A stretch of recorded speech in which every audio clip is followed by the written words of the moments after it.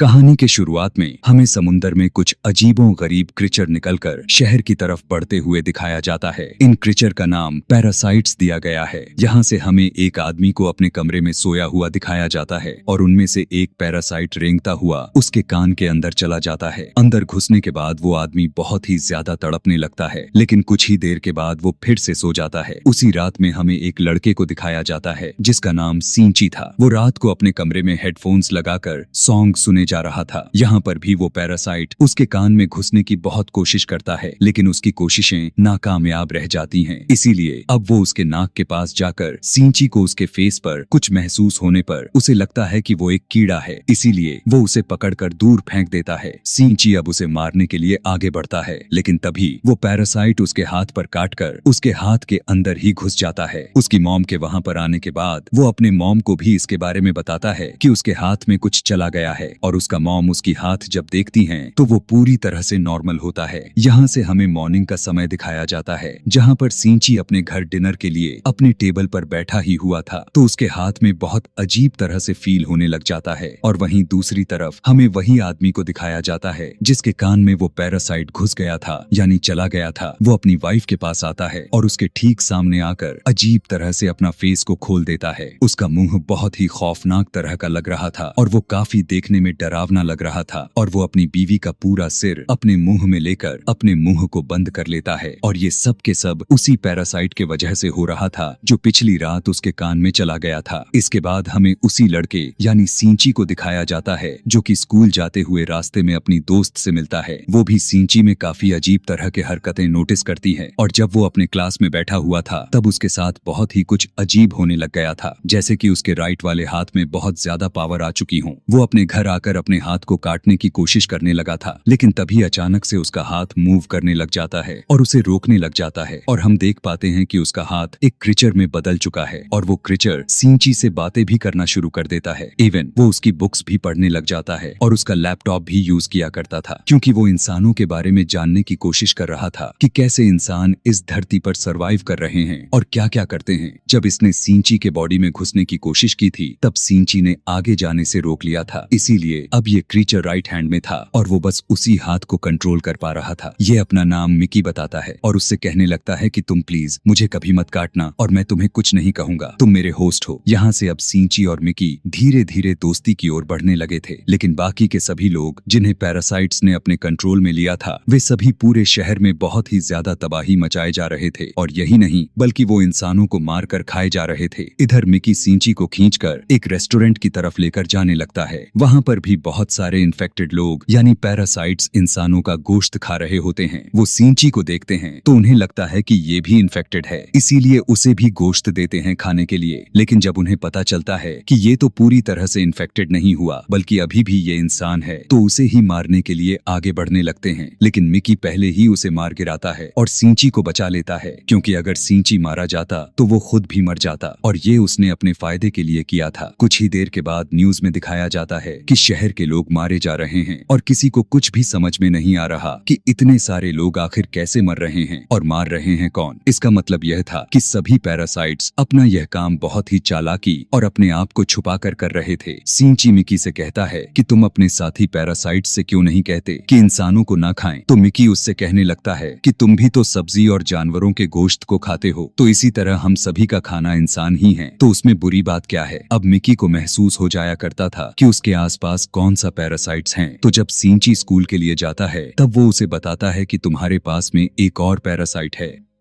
और वो कोई और नहीं बल्कि वो उसकी टीचर ही थी। वो टीचर भी जब सींची को देखती है तब उसे भी पता चल जाता है कि वो भी इन्फेक्टेड है, लेकिन वो उसे कहती है कि तुम्हें मुझसे डरने की कोई जरूरत नहीं है, क्योंकि मैं इंसानों को किसी भी तरह का नुकसान नहीं पहुंचाती, बल्कि मैं उन्हीं के तौर तरीके इसलिए पढ़ रही हूँ ताकि इंसानों जैसा व्यवहार मुझ में भी आ जाएंगे और हमेशा के लिए मुझ में ही रहे। वो उसे 2 और पैरासाइट्स के पास लेकर जाती है। उनमें से एक स्टूडेंट्स होता है और एक पुलिस ऑफिसर था। वह बताती है कि यह पुलिस ऑफिसर मेरा हस्बैंड है, है और हमारी बेबी होने वाला है और वो बेबी बिल्कुल नॉर्मल इंसान ही होगा, तो हम भी नॉर्मल इंसानों के जैसा ही रहना चाहते हैं। हम किसी को नुकसान नहीं पहुंचाना चाहते और ना ही हम किसी को सरेआम नहीं मारना चाहते, लेकिन हम सबसे बचते बचाते हुए गोश्त खाना चाहते हैं। तो क्या अब तुम हमारा ग्रुप ज्वाइन करोगे? लेकिन फिर भी मिकी उसकी इस बात पर बिल्कुल भी तैयार नहीं हो रहा था। अगले दिन वही पुलिस ऑफिसर उन लोगों के पास आता है। तब मिकी सिंची को बताता है कि यह हमें मारने आया है, क्योंकि उसे पता चल चुका है कि उस दिन होटल में हमने एक पैरासाइट को मारा था। अभी वो कह ही रहा था कि तभी अचानक से वो पुलिस ऑफिसर यानी पैरासाइट उस पर अटैक कर देता है और मिकी के साथ सिंची भी उस पुलिस ऑफिसर से लड़ता है और उसे वहां पर मार देते हैं। जब सिंची अपने घर पर आता है तब उसे बहुत ही बुरा लग रहा था कि आज उसने किसी की मर्डर कर दिया है, लेकिन इधर हम देख पाते हैं कि पुलिस ऑफिसर के बॉडी से वो पैरासाइट निकलकर किसी और के बॉडी में चला जाता है और वो कोई और नहीं बल्कि सिंची की माँ थी और वो सिंची को मारने के लिए उसकी तरफ बढ़ रही थी। मिकी सिंची से कहता है कि ये तुम्हें मारने चाहती है। तब सिंची मिकी से कहा कि खबरदार, अगर तुमने मेरी माँ के साथ कुछ किया तो, क्योंकि वो अपनी माँ से बहुत प्यार करता था और वो यह बिल्कुल भी नहीं चाहता था कि उसकी माँ मरे। लेकिन देखते ही देखते उसकी माँ का सर भी बाकी के पैरासाइट्स की तरह ही खुलना शुरू हो जाता है और वो सिंची पर अटैक कर देती हैं। सिंची का बहुत ज्यादा खून निकलने लगता है और वो मरने ही वाला था। लेकिन अगली सुबह हम देख पाते हैं कि वो दोबारा से उठकर खड़ा हो जाता है। तब मिकी उससे कहने लगता है कि तुम बहुत ही ज्यादा इंजर्ड हो चुके थे, लेकिन मैं अपने सेल्स से तुम्हें पूरी तरह से ठीक कर दिया। लेकिन यहाँ पर बुरी बात तो ये था कि अब सिंची के बॉडी में मिकी के सेल्स चले गए थे और अब वो पूरी तरह से इन्फेक्टेड हो चुका था। अब सिंची अपने माँ को ढूंढने के लिए जाता है, लेकिन उसकी माँ कहीं पर भी मिल नहीं रही थी। तो वो उस टीचर के पास जाता है और पुलिस ऑफिसर के बारे में पूछता है, लेकिन वो टीचर भी उसे कुछ नहीं बताती। यहाँ पर मिकी उसे बताता है कि मुझे अब दिन में 4 घंटे सोने की जरूरत है और उस समय मैं तुम्हें बचा नहीं पाऊंगा, यानी तुम्हें अकेले ही लड़ना होगा। लेकिन वो सिंची के बॉडी में था तो सिंची के अंदर मिकी के क्वालिटीज भी आने शुरू हो चुके थे। खैर, आगे हमें देखते हैं कि वही स्टूडेंट जिसे टीचर ने दिखाया था, जो कि अब पैरासाइट बन चुका था, वो भी सिंची के स्कूल में एडमिशन ले लेता है और वो सिंची का दोस्त बनने का ड्रामा करने लगता है। लेकिन धीरे धीरे सभी को पता चल जाता है कि वो एक पैरासाइट है, जिसके बाद वो स्टूडेंट उन सभी लोगों को जान से मार देता है। इसके बाद वो सिंची के दोस्त को मारने के लिए आगे बढ़ता है, लेकिन सिंची अपने दोस्त को उठाकर बिल्डिंग से जंप लगा देता है कि तभी वहीं पर वो टीचर भी आ जाती है, क्योंकि वो तो चाहती ही है कि सभी स्टूडेंट्स मर जाएं, क्योंकि इसकी वजह से उसका भी राज खुल सकता था। वो वहां पर ब्लास्ट करती है, लेकिन उसे कुछ भी नहीं होता। ब्लास्ट के बाद वहां पर पुलिस भी आ जाती है, लेकिन वो पुलिस को भी मार देता है। अब मिकी सिंची को बताता है कि वो बिल्डिंग के छत पर है, इसीलिए सिंची बिल्डिंग के छत पर जाकर एक एरो से उसे मार देता है। इसके बाद सिंची उस टीचर के पास जाता है और उस पुलिस ऑफिसर का एड्रेस पूछने लगता है जहां वो पैरासाइट था, और टीचर भी उसे बड़ी आसानी से वो एड्रेस दे देती है। उस पुलिस ऑफिसर की पैरासाइट अब भी उसके माँ के अंदर ही था, लेकिन यहाँ पर मिकी के सोने का वक्त हो जाता है। तो इसका मतलब ये था कि सिंची को अपने माँ यानी उस पैरासाइट से अकेले ही लड़ना था। उस पैरासाइट से लड़ते हुए सिंची जैसे तैसे करके उसकी गर्दन ही काट डालता है, जिसके बाद उसकी माँ और वो पुलिस ऑफिसर दोनों मारे जाते हैं। यहाँ से उदासी के साथ वो अपने हॉस्पिटल में अपने दोस्त से मिलने के लिए जाता है।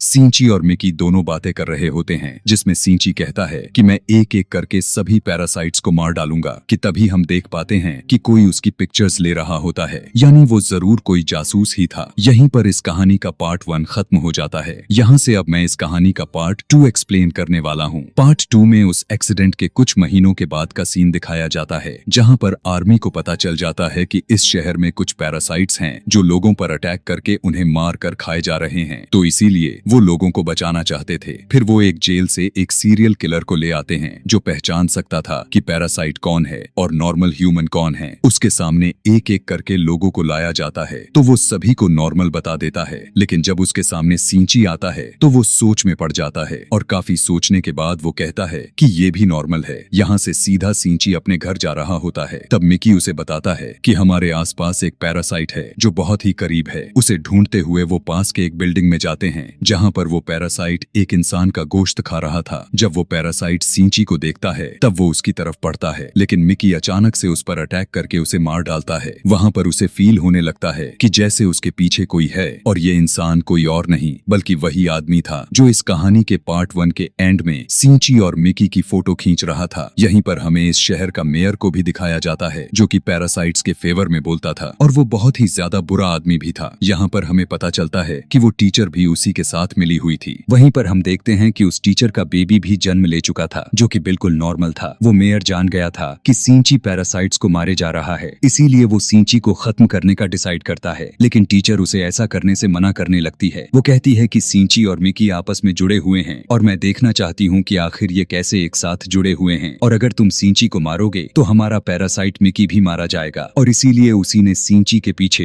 एक जासूस को लगाया हुआ था ताकि उस पर नजर रख सके। सिंची क्लास अटेंड करने के लिए जा ही रहा होता है कि तभी उसे फिर से फील होता है कि उसके पीछे कोई तो है। वो जासूस उसकी सारी बात को सुनकर उससे कहता है कि तुम्हें अपने बारे में पुलिस को बता देना चाहिए। तब सिंची उससे कहता है कि नहीं, पुलिस में अभी भी बहुत सारे पैरासाइट्स भरे पड़े हैं। सिंची को भी पता चल गया था कि इस जासूस को उसके पीछे किसी और ने नहीं बल्कि उसी टीचर ने लगा रखा है। इसीलिए वो टीचर के पास जाकर कहने लगता है कि तुम ये सब क्या कर रही हो, ये सब करना बंद क्यों नहीं कर देती। उसके जवाब में वो टीचर भी कहती है कि तुम भी तो हमारे पैरासाइट्स मारते जा रहे हो, वो तो सभी अभी इंसानों को खाने के लिए सीख रहे हैं और कुछ देर के बाद वो उनको मारना भी बंद कर देंगे। उसकी बात सुनकर सिंची एकदम से चुप हो जाता है और उस जासूस के पास जाकर कहता है कि वो टीचर बहुत ही ज्यादा खतरनाक पैरासाइट है, वो किसी भी वक्त तुम्हें भी मार सकती है, इसीलिए तुम भी उससे दूर रहो। लेकिन जासूस उसकी बातों पर जरा सा भी ध्यान नहीं देता। यहाँ से सीन शिफ्ट हुआ और हमें अगले दिन उसी जासूस को दिखाया जाता है जो उस मेयर से मिलने के लिए गया था। उसे सिंची की बातों को टेस्ट करना था कि वो सच कह रहा था या नहीं, इसीलिए वो मेयर के रूम में वॉइस रिकॉर्डिंग सेटअप कर रखा था। लेकिन मेयर को इस बारे में पता चल जाता है और जासूस को मारने का ऑर्डर दे देता है। वो कुछ पैरासाइट्स को उसके घर पर भेजता है उसे मारने के लिए, लेकिन वो अपने घर पर नहीं होता तो वो उसकी बेटी को ही मार देते हैं। यहाँ दूसरी तरफ सिंची को मिकी बताता है कि अब तुम पर 5 पैरासाइट्स अटैक करने के लिए आ रहे हैं। एक आदमी दौड़ते हुए उसकी तरफ बढ़ता है और उसी के अंदर 5 पैरासाइट्स थे। मिकी और सिंची दोनों उससे फाइट करते हैं और उसका सर ही उड़ा देते हैं। उन्हें लगने लगता है कि अब ये मर चुका है, लेकिन अभी तो सिर्फ एक ही पैरासाइट मारा गया था और 4 अभी भी बाकी थे। बाकी के पैरासाइट्स उसके हाथ में आ जाते हैं और उसे कंट्रोल करना शुरू कर देते हैं। यहाँ पर टीचर मेयर से कहती है कि जब मैंने तुम्हें मना किया था कि तुम उस लड़के यानी सिंची को और उस जासूस को मारने के लिए पैरासाइट्स नहीं भेजना था तो तुमने ऐसा क्यों किया। अब मेयर ने यहाँ पर नोटिस किया कि इस टीचर के दिल में माँ बनने वाली इमोशन वापस आ रहे थे और यह बात उसे बिल्कुल भी अच्छा नहीं लगता। इसीलिए वो अब उसी टीचर को मारने के लिए 3 और पैरासाइट्स भेजता है। लेकिन क्योंकि वो भी तो एक पैरासाइट ही थी तो उसे तुरंत पता चल जाता है कि कोई उसे मारने के लिए आ रहा है।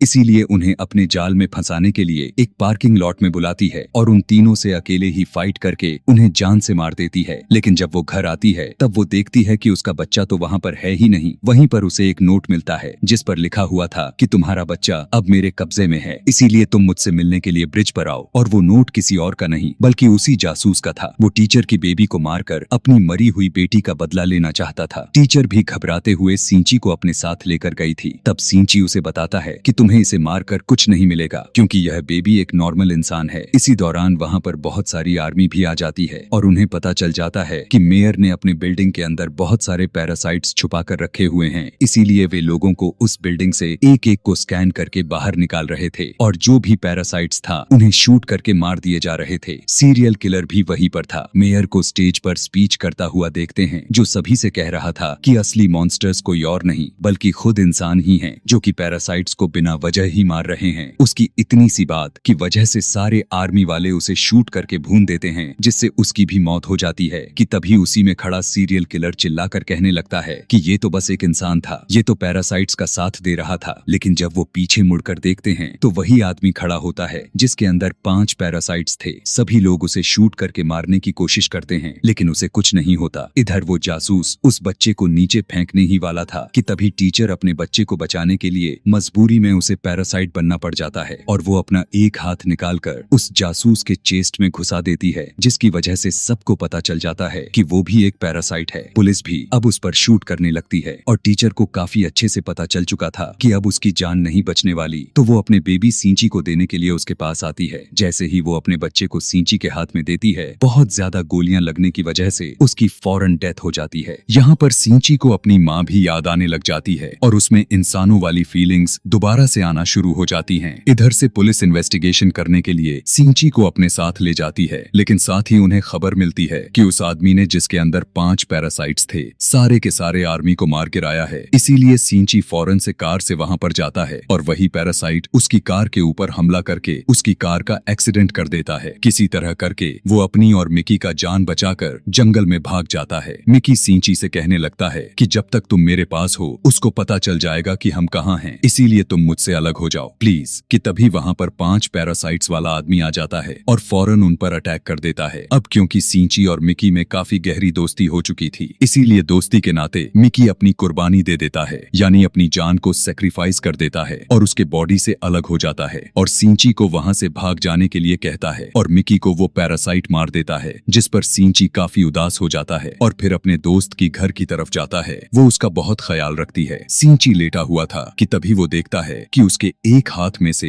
एक और हिस्सा ग्रो कर रहा है और ऐसा इसलिए हुआ था क्योंकि मिकी ने सिंची को अपने बॉडी से ठीक किया था, तो मिकी के सेल्स उसके बॉडी में आ गए थे, इसलिए अब वो दोबारा से ग्रो हो सकता था। सिंची को पता चलता है कि अब ये दोबारा से आ रहा है तो उस पैरासाइट्स को दोबारा से पता चल जाएगा कि मैं कहाँ हूँ, इसीलिए वो अपनी दोस्त की जान बचाने के लिए उसे बाय कहकर वहां से फौरन निकल जाता है। लेकिन जैसे ही वो बाहर जाता है तो वो 5 पैरासाइट्स वाला आदमी उसे फिर से पकड़ लेता है, लेकिन वो एक फैक्ट्री में पहुंचकर सिंची एक केमिकल रॉड उसके पैर में दे मारता है, लेकिन फिर भी उसे कुछ नहीं होता और वो सिंची से कहने लगता है कि तुम क्या समझ रहे हो कि मैं इससे मर जाऊंगा, मैं तो तुम्हें मारकर बाकी इंसानों को भी मार दूंगा और उसके बाद मैं और बाकी के पैरासाइट्स इस दुनिया पर राज करेंगे। अब उसे मारने ही वाला होता है कि तभी मिकी उसी समय उसके बॉडी में दोबारा से ग्रो कर जाता है और उस पैरासाइट्स पर अटैक कर देता है। इसी के साथ उसके बॉडी में कुछ होने लग जाता है और वो तड़पने लगता है।